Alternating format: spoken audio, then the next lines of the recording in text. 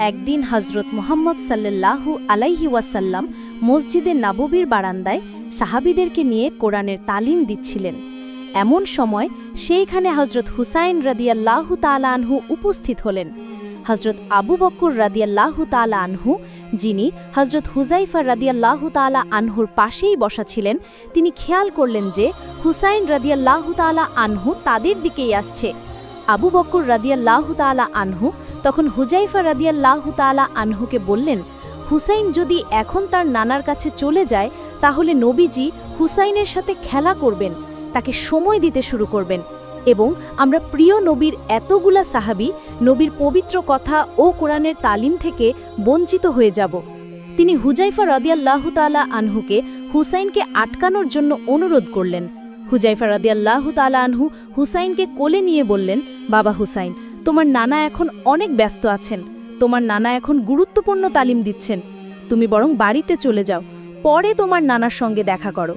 হুজাইফার কথা শুনে হুসাইন রাদিয়াল্লাহু তাআলা আনহু বললেন, এই নানার সাহাবী, ওই নবীকে তুমি চেনো, এই জন্য ওই নবীর বয়ান শুনতেছো। আমি হুসাইনকে চেনো না, এই জন্য আমাকে আমার নানার কাছে যেতে দিচ্ছ না। তোমরা যে নবীর বয়ান শুনতেছো, আমি হুসাইন কিন্তু সেই নবীর চেয়ে কোনো অংশে কম না।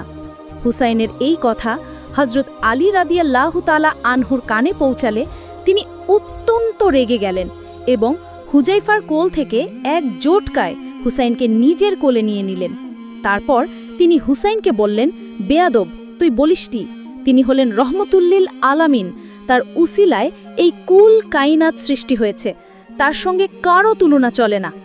আর তুই আমার সন্তান হয়ে নবীর সঙ্গে বেয়াদবি করলে?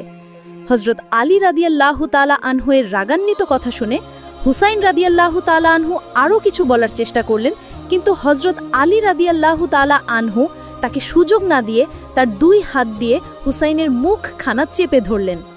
তিনি এতই জোরে চেপে ধরেছিলেন যে হুসাইনের দুই দাঁতের চাপে ঠোঁট পড়ে রক্ত বের হতে লাগল। হুসাইনের ঠোঁট থেকে রক্ত বের হলে হুসাইন চিৎকার করে বলতে লাগলেন, এই নবীর সাহাবীরা, তোমরা কেন আমাকে আমার নানার কাছে যেতে দিচ্ছ না? তোমরা যে নবীর বয়ান শুনতেছো, আমি হুসাইন কিন্তু সেই নবীর চেয়ে কোনো অংশে কম না। আমি হুসাইন বলছি, আমি হুসাইন সেই নবীর চেয়ে কয়েক গুণ বড়। সঙ্গে সঙ্গে হজরত ওমর রাদিয়াল্লাহু তাআলা আনহু খোলা তরবারি হাতে নিয়ে দাঁড়িয়ে গেলেন এবং হজরত আলীকে উদ্দেশ্য করে বললেন, হে আলী, তোমার পুত্র হুসাইন কেন নবীরজির সাথে বেয়াদবিপূর্ণ কথা বলল? তোমার পুত্র হুসাইনের জায়গায় যদি আমার পুত্র আব্দুল্লাহ এই কথা বলতো, তাহলে আমি এতক্ষণে আব্দুল্লাহকে কেটে দুই টুকরো করে ফেলতাম।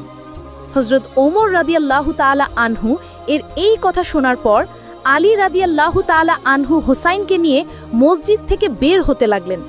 ঠিক এই সময় অপর প্রান্ত থেকে রাসূলুল্লাহ সাল্লাল্লাহু আলাইহি ওয়াসাল্লাম বললেন, হে আলী, আমার কলিজার টুকরা নাতিকে আমার পাশে আসতে দাও। হজরত আলী রাদিয়াল্লাহু তাআলা আনহু নবীজির এই কথা শুনে হুসাইনকে কোল থেকে ছেড়ে দিলেন। যখন তিনি হুসাইনকে কোল থেকে ছেড়ে দিলেন, হুসাইন রাদিয়াল্লাহু তাআলা আনহু এক দৌড়ে গিয়ে নবীজির কোলে উঠে বসল এবং নবীজির কপালে ও গালে চুমু খেতে খেতে বলল, ও নানা, আমি তোমার কাছে আসতে চাই। তোমার এক সাহাবী হুজাইফা আমাকে তোমার কাছে আসতে দেয় না। তোমার আরেক সাহাবী আমার বাবা আলী আমার মুখে এত জোরে চাপ দিয়েছে, নানা দেখো নানা, আমার ঠোঁট ফেটে গিয়ে রক্ত পড়ছে।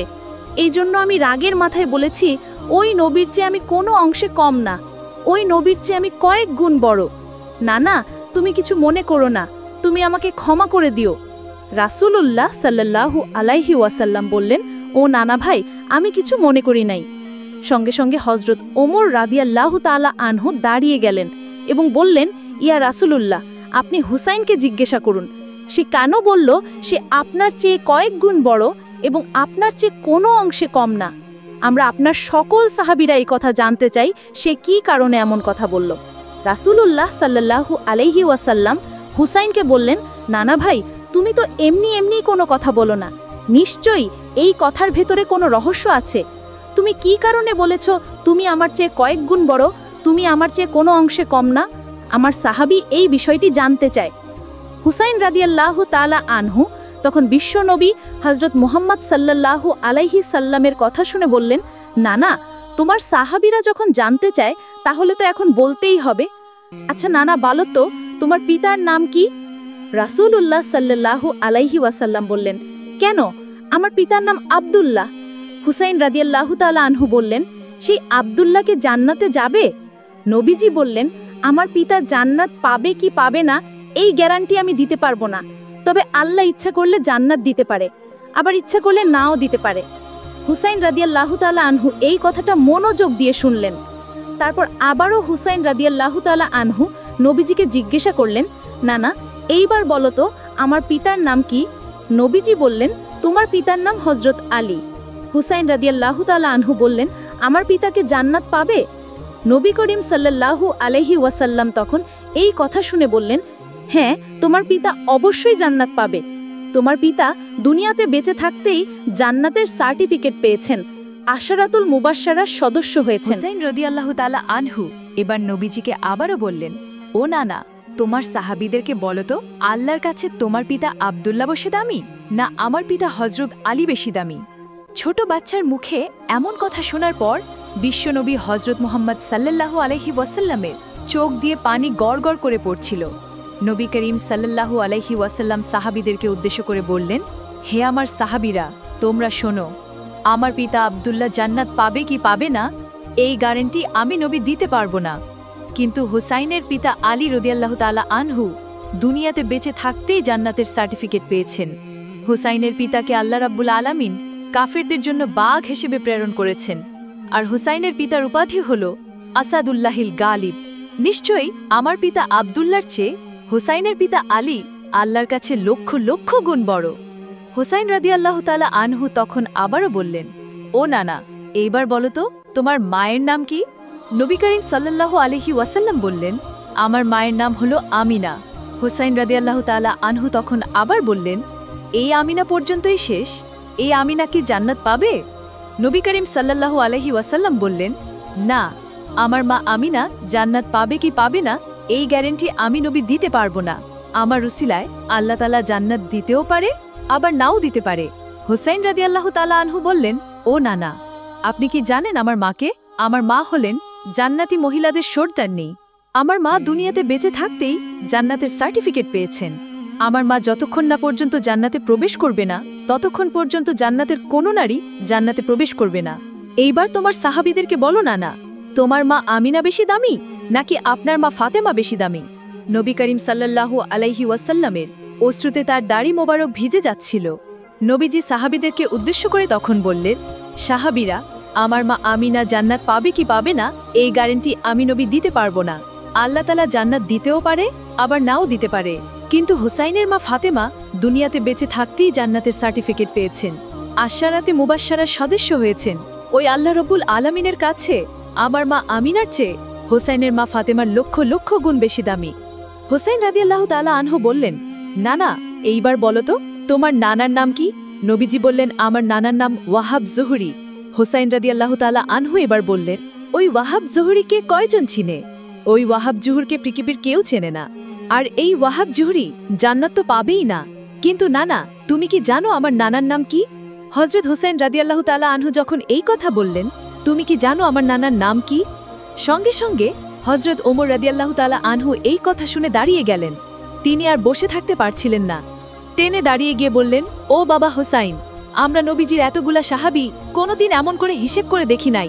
তোমার নানা ওয়াহাব জুহরিকে পৃথিবীর কেউ চেনে না, কিন্তু তোমার নানা হযরত মুহাম্মদ সাল্লাল্লাহু আলাইহি ওয়াসাল্লামকে চেনে না এমন কোনো মানুষ নেই। তোমার নানা এই পৃথিবীর জন্য রহমতুল্লিল আলামিন, সমস্ত সৃষ্টি জগতের প্রতি রহমত নিয়ে তিনি এই পৃথিবীতে এসেছেন। তোমার নানাকে সৃষ্টি না করলে পৃথিবীর কোনো কিছুই সৃষ্টি হতো না। আমি ওমর সাক্ষ্য দিচ্ছি, তোমার নানার নানা ওয়াহাব জুহরির চেয়ে তোমার নানা আল্লাহ তাআলার কাছে লক্ষ লক্ষ কোটি বড় ও দামি। তোমার নানার শান ও মানের সঙ্গে পৃথিবীর কোনো মানুষের তুলনা হয় না। হযরত হুসাইন রাদিয়াল্লাহু তাআলা আনহু বললেন, ও নানা, বাবার দিক দিয়ে যদি আমি বড় হই, মায়ের দিক দিয়ে যদি আমি বড় হই, নানার দিক দিয়ে যদি আমি বড় হই, তাহলে তুমি আমার চেয়ে কোন দিক দিয়ে বড়? নবীজি এবার হুসাইন রাদিয়াল্লাহু তাআলা আনহুকে নিয়ে দাঁড়িয়ে গেলেন, দুই হাত দিয়ে হুসাইনকে উপরে তুললেন। তারপর সাহাবীদেরকে উদ্দেশ্য করে বললেন, হে আমার সাহাবীরা, দেখো তো আমার নানা ভাই কি আমার চেয়ে বড় না? হযরত ওমর রাদিয়াল্লাহু তাআলা আনহু এক দৌড়ে নবীজির কাছ থেকে হোসেনকে নিজের কোলে নিলেন। তারপর আলীকে উদ্দেশ্য করে বললেন, হে ভাই, আমি তো মূর্খ ওমর, কিন্তু তুমি তো শিক্ষিত, তোমার ভিতরে আল্লাহ রব্বুল আলামিন অনেক জ্ঞান দিয়েছে। কি করে এরকম সুন্দর একটি বাচ্চার ঠোঁটে আঘাত করলে? হযরত হুসাইন রাদিয়াল্লাহু তাআলা আনহুকে সাহাবীগণ অনেক ভালোবাসতেন। রাসূলুল্লাহ সাল্লাল্লাহু আলাইহি ওয়াসাল্লামও অনেক বেশি ভালোবাসতেন। ফেরেশতারাও হুসাইনকে অনেক ভালোবাসত। স্বয়ং আল্লাহ রাব্বুল আলামিনও হুসাইন রাদিয়াল্লাহু তাআলা আনহুকে অনেক ভালোবাসতেন। একদিন রাসূল আকরাম সাল্লাল্লাহু আলাইহি ওয়াসাল্লাম মসজিদে নববীতে সেজদারত অবস্থায় ছিলেন। তিনি তখন নামাজ পড়ছিলেন। নবী করিম সাল্লাল্লাহু আলাইহি ওয়াসাল্লাম যখন সেজদায় চলে গেলেন, কোথা থেকে যেন হুসাইন রাদিয়াল্লাহু তাআলা আনহু দৌড়ে এসে নবীজির ঘাড়ে চেপে বসলেন। নবীজির মাথায় ছিল পাপড়ি চুল। সেই চুলগুলো ধরে ঘাড়ে বসে হুসাইন রাদিয়াল্লাহু তাআলা আনহু বলতে লাগলেন, চল রে ঘোড়া চল, চল রে ঘোড়া চল। নবীজিকে ঘোড়া বানিয়ে হযরত হুসাইন রাদিয়াল্লাহু তাআলা আনহু সেখানে খেলা করছিলেন। নবীজি সেজদায় পড়েছিলেন, সুবহানাল্লাহ রাব্বিয়াল আলা। এই তাজবি তিনি 5 বার 10 বার বাড়াতেই লাগলেন। এক পর্যায়ে নবীজি ভাবলেন, আমি যদি দীর্ঘক্ষণ এইভাবে সেজদায় পড়ে থাকি, না জানি আমার আল্লাহ রাব্বুল আলামিন রাগ করবেন। আল্লাহ রাব্বুল আলামিন হয়তো ভাববেন, বন্ধু নাতিকে পেয়ে খেলা শুরু করে দিয়েছ, আমি আল্লাহকে ভুলে গিয়েছ। এমন সময় নবীজি সেজদা থেকে উঠে যাবেন। ঠিক এমন সময় আল্লাহ রাব্বুল আলামিন ডেকে বললেন, হে বন্ধু, হোসাইন আপনাকে ঘোড়া বানিয়েছে। হোসাইন আপনাকে ঘোড়া বানিয়ে হোসেন যতক্ষণ পর্যন্ত আপনার পিঠ থেকে নামবে না, আপনি ততক্ষণ পর্যন্ত সেজদায় পড়ে থাকুন। তো বন্ধুরা, এই ছিল আজকের এই ভিডিও। কেমন লাগলো কমেন্টে বলুন। ভালো লাগলে সাবস্ক্রাইব করুন পরবর্তী নতুন ভিডিও পাওয়ার জন্য। আজকের মতো এখানেই বিদায় নিচ্ছি। আসসালামু আলাইকুম ওয়া রাহমাতুল্লাহি ওয়া বারাকাতুহু।